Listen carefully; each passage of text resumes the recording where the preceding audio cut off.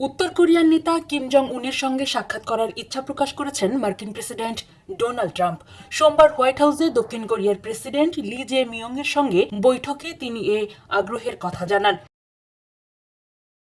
দক্ষিণ কোরিয়ার নতুন প্রেসিডেন্ট লি জে মিয়ংকে প্রথমবারের মতো হোয়াইট হাউসে স্বাগত জানানোর সময় ট্রাম্প ওভাল অফিসে সাংবাদিকদের বলেন, আমি ভবিষ্যতে সুবিধামতো সময়ে কিম জং উনের সঙ্গে দেখা করার জন্য অধীর আগ্রহে অপেক্ষা করছি। আমি এই বছর তার সাথে দেখা করতে চাই।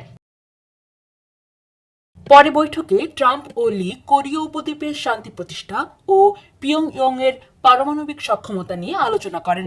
দুই কোরিয়ার মধ্যে শান্তি প্রতিষ্ঠায় ট্রাম্পের সহায়তা চান লি।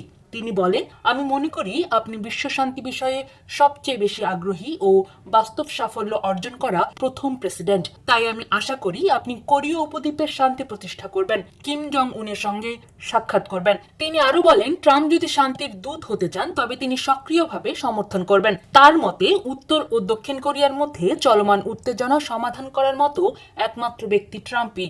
কোরীয় যুদ্ধ 1953 সালে অস্ত্রবিরতির মাধ্যমে শেষ হলেও এখনো শান্তি চুক্তি হয়নি। এ প্রেক্ষাপটে দুই দেশ কার্যত যুদ্ধাবস্থাতেই রয়েছে।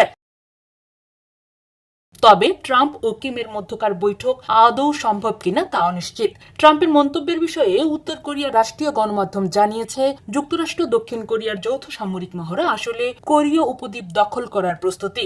এদিকে কিম জং উন ও তার বোন কিম ইও জং সাম্প্রতিক সময়ে তীব্র হুঁশিয়ারি দিয়ে জানিয়েছেন তারা উত্তর কোরিয়ার পারমাণবিক অস্ত্রভান্ডার ধরে রাখবেন আর আক্রমণের শিকার হলে দক্ষিণ কোরিয়াকে ধ্বংস করে দেবেন।